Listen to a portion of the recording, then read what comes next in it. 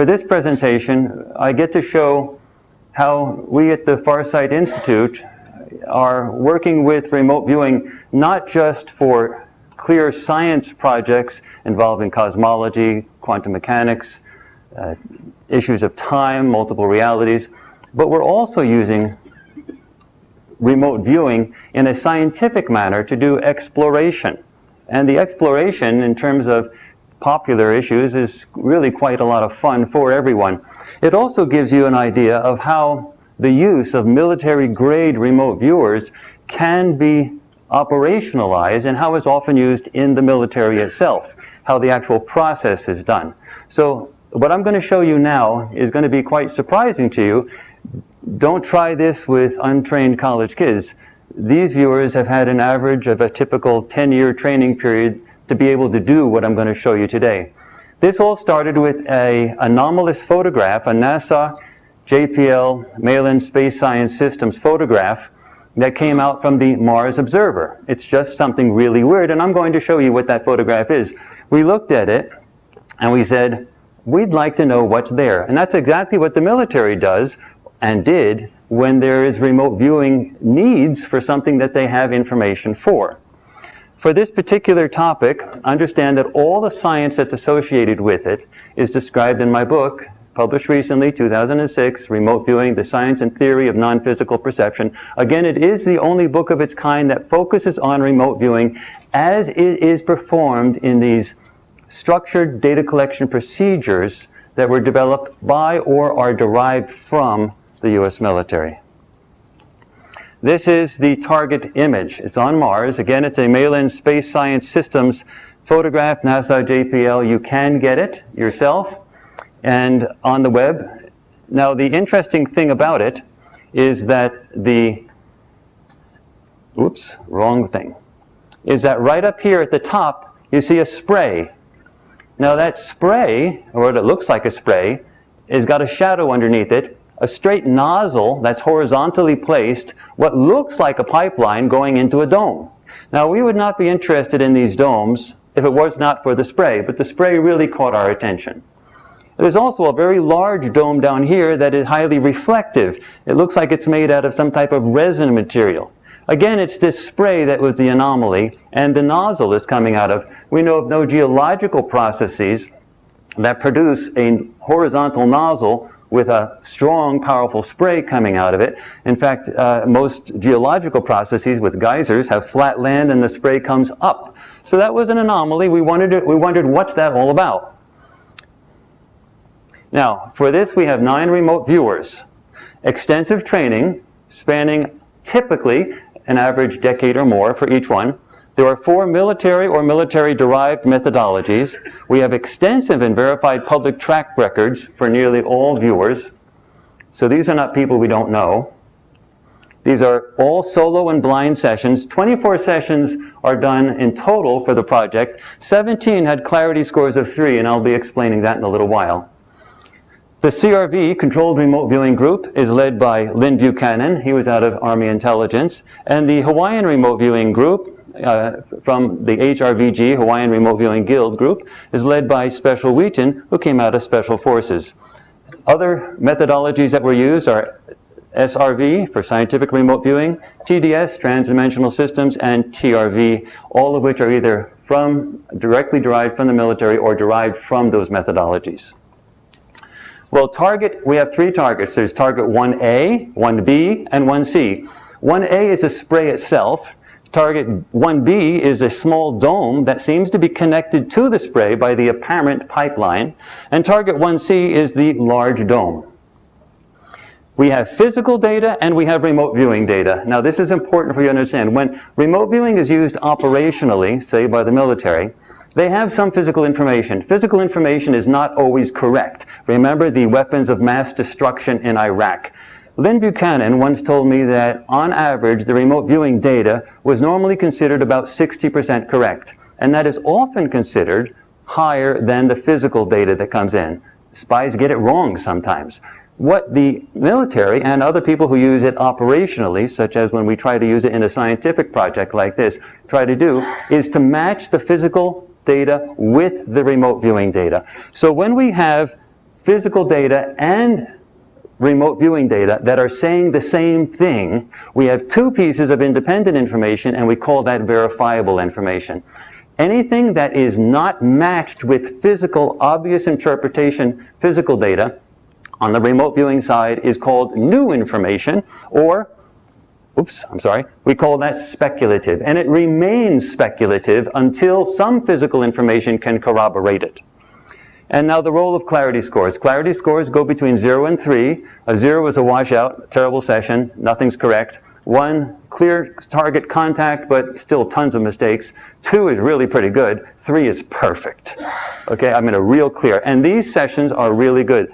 Of all of these sessions, 24 sessions, 17 had scores of 3. Don't try that with untrained viewers. 17 had scores of 3 out of 24. Now we have a little bit of a close-up. Now if you get the original photo from the Malin Space Science Systems website, and if you go to the Farsight Institute, this is in our Mysteries project. This is our first of the Mysteries project series. We have a link to the Malin Space Science Systems website, and you can download it yourself, and you can open it up in PowerPoint, and you can open it up in Photoshop, and it's much higher resolution. I mean, it is really clear.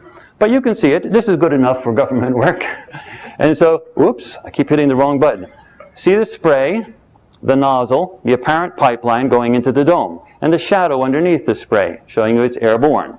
So target 1A is the spray itself. We want to know. We want to confirm that it's a spray. Target 1B is this small dome. There's also another dome here that looks newer, actually, more shiny reflective material, and there's another one here. But we're going after this dome here.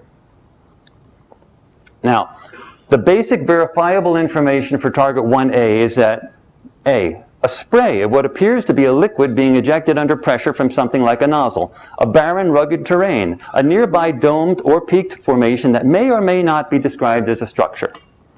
Target 1B, the basic verifiable information is a domed or peaked formation that may or may not be described as a structure, a surrounding barren, rugged terrain, and since the spray in target 1A is near this domed or peaked formation, the spray may be perceived here as well.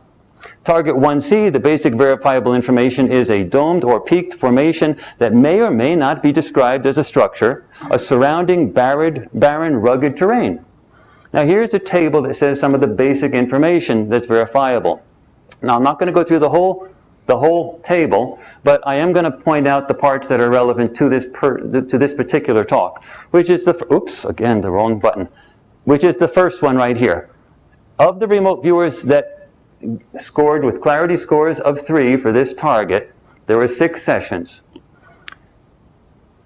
4 of those sessions explicitly stated that this is a spray, liquid spray being ejected under pressure.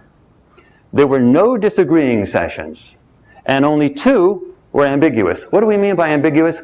They may have been describing a cloudy stuff that was there, but they didn't explicitly state that it was a high-powered spray coming out.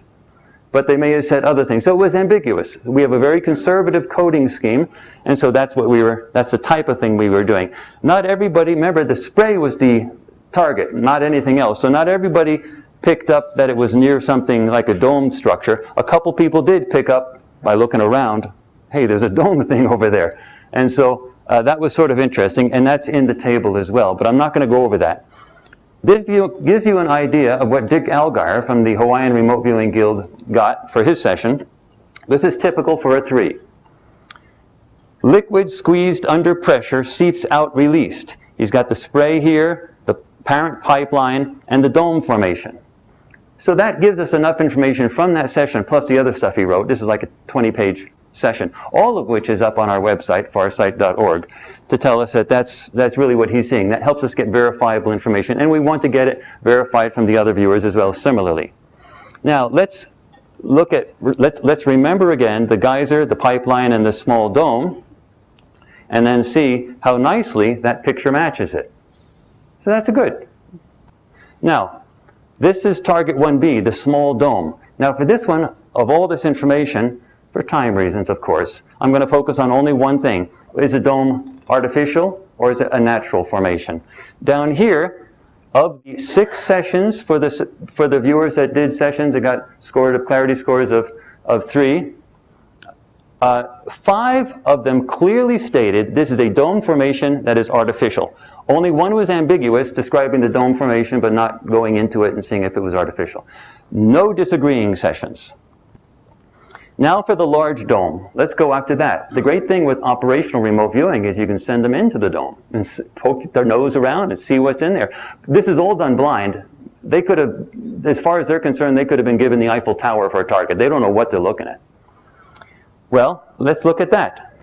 And again, of the 5 sessions that were clarity scores of 3, 4 said that the dome formation was an artificial structure. Only 1 was ambiguous. There were no dissenting. And of course, they all got the normal stuff. There was a lot of people that, there were no dissenting information for the normal things like barren landscape, dry environment, rugged mountainous terrain, things like that. This is a good picture. It's very typical of the type of information we were getting. This is Daz Smith. He's controlled remote viewing, works with Lynn Buchanan. And Daz Smith drew this large dome. And of course, he went into it. And there were chambers within the dome connected with tunnels that connect the chambers. And then he noted that there was a huge amount of flashing light. That flashing light came across in a whole bunch of sessions. So it's not just Daz Smith. These things are radiating light, blinkety, blinkety, blink. There's a huge amount of energy. Okay, let's go through quickly, just in a minute, what we're talking about. A summary of some of the verified and some of the new information. Some of this is verified, meaning physical and remote viewing matched together, and some of it's new, which remains speculative. The domes are artificial, or they, from this study, appear artificial. Subjects work inside the domes. Technology is involved. The original builders are apparently ancient. Current inhabitants do not fully understand the technology. They are missing spare parts. There is enormous power generating technology, intense lights flashing from the domes, sense of despondency among the inhabitants. It's a hardship assignment. The subjects apparently cannot return home, and they knew that when they accepted the assignment. There is no extraterrestrial content to these RV data. That may seem surprising to you, but the subjects could be human. Their origin is totally unknown from the perspective of this study. This could be, as Lynn Buchanan emphasized to me, a black military operation. There's more money in that budget than you could possibly blink at. And there are unregistered flights going out of Cape Canaveral all the time that never get reported in the press. So that is an actual possibility. It also could be that there's decoding errors. We have to leave that open as a possibility. This new information is speculative, remember? Unless it's matched. We don't have photos of these subjects, so that part is speculative, and it must remain speculative. The new information is speculative since it cannot yet be verified. But the good thing about that is these are leads, and this is how it's used operationally, remote viewing. These are leads that we can now follow up on.